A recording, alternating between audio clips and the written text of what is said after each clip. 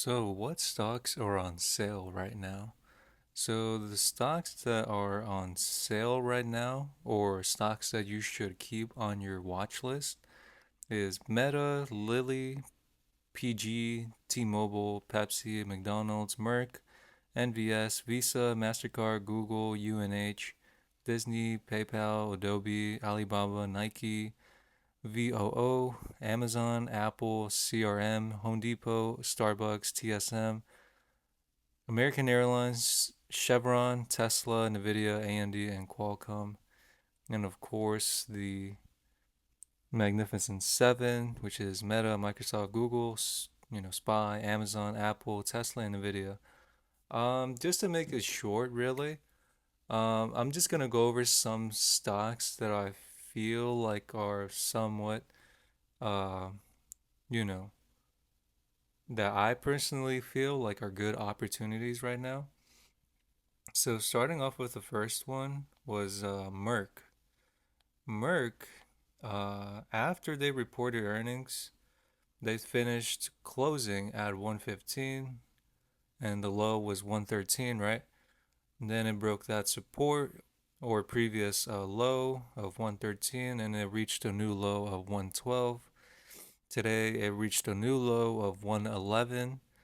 And personally, I feel like where Merck is at currently, I feel like it's a personal good entry point in a way.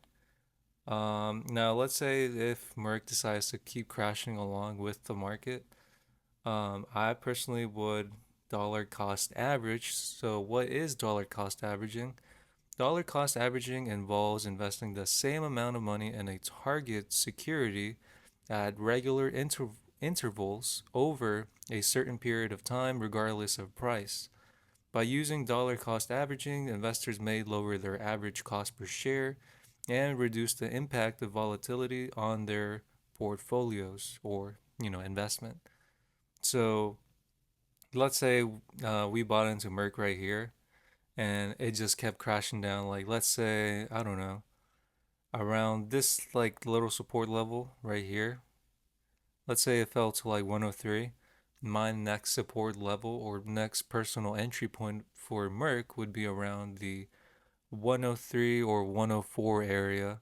And just so I can be like sort of close to that area, I would make sure to, instead of buying in like at 104, I would buy at 105 just to make sure that in case it does, Merck doesn't touch 104 or 103, at least I bought somewhat close to that number of 104 or 103. And yeah, that's a stock that I personally feel like is a stock that you should keep on your watch list. I feel like personally, I feel like it's a little oversold. I know it's broken all of the moving averages, but I feel like in a way it's totally oversold right now. And the next stock that I personally feel like is uh, a little bit oversold is kind of all of the, you know, uh, semiconductor stocks. You got Nvidia. I feel like Nvidia, where it's at right now, 109. If it stays within the range of 106 or 109, Nvidia, I personally feel like that's a good, personal good entry point. Now, let's say if Nvidia decides to crash down a little further, my next personal entry point would be around the 106 area. And if Nvidia decides to keep on falling, personally, I would be on the lookout for my personal entry level would be around the 97 level. But of course, right, I would be kind of patient. Like if the market decides to keep crashing and crashing, I would honestly just wait until, Nvidia gets to the 180 or 200-day moving average and see if it kind of uses those two moving averages as support. And AMD, so AMD, they reported earnings. I think they beat earnings, did they? Yeah, I think they beat earnings. I'm pretty sure they did beat earnings, but um, personally, where AMD is at currently, if I feel like where it's at right now, so 132, I think that's a personal good entry point for AMD. Now, my next personal entry point, if I were to get into AMD, would be around the 128 level. And then if, the AMD decides to break that level, I would be on the lookout to see if AMD can use the 180 or 200-day moving average as support. And that would obviously be my next entry point to get into AMD if it touches the 180 or 200-day moving average. Now, Qualcomm, did they report earnings today? Or when did they report earnings? Yeah, I'm pretty sure they reported earnings, but I think they did good. Let me see. Qualcomm earnings. Let's see. Yeah, they beat expectations. So again, I feel like Qualcomm, it tested. You can see that on the daily chart, on the daily candle, you can see that Qualcomm tested the 200-day moving average as support. It touched the 200-day moving average. It bounced off the 200-day moving average, which it caused for Qualcomm to end closing at 164. And I personally feel like Qualcomm is a little bit, yeah, I mean, not a little bit, it's like way oversold, I feel like.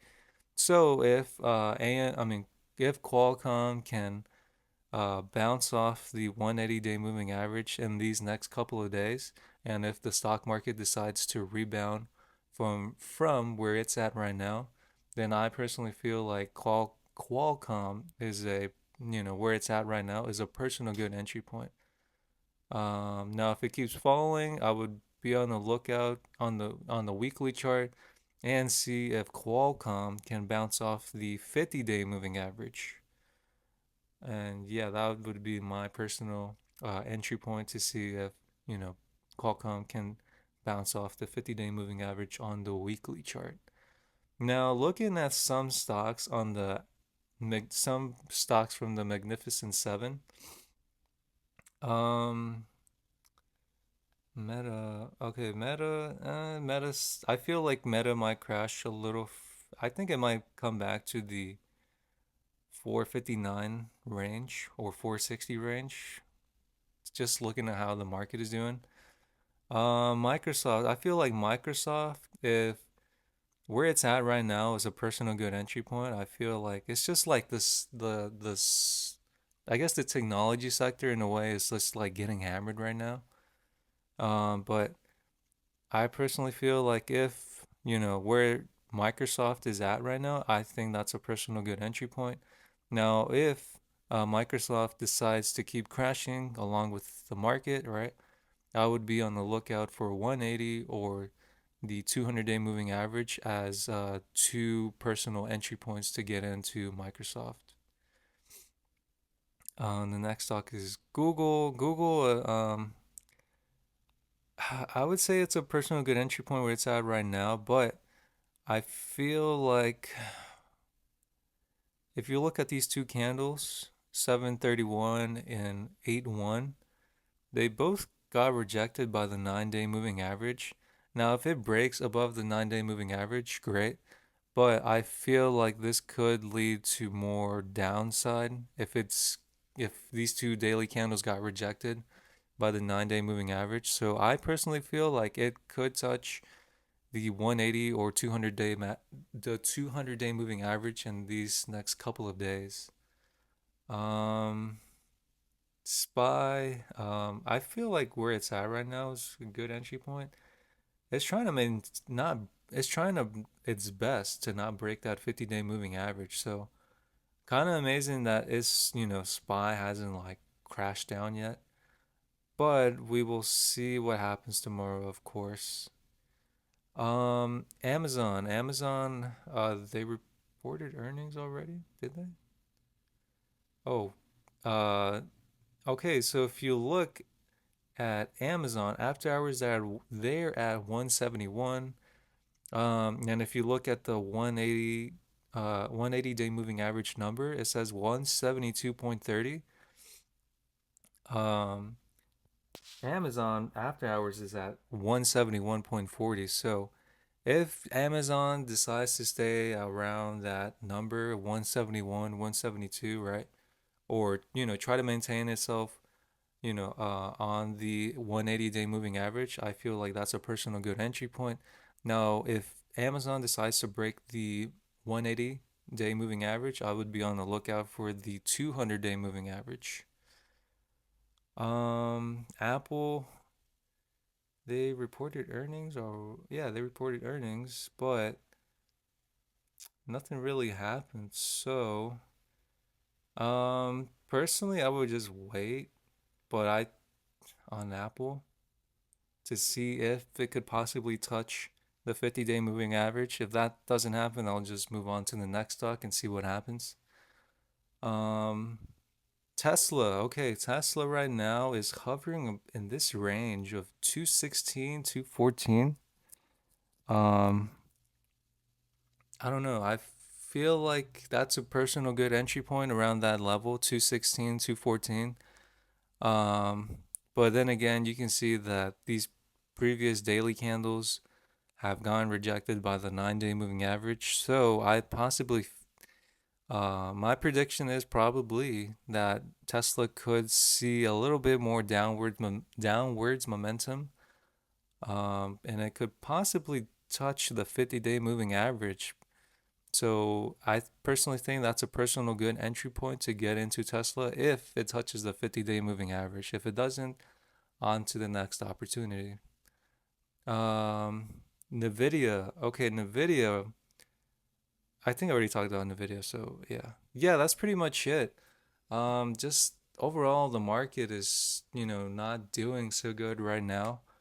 But other and then you can see my what is it?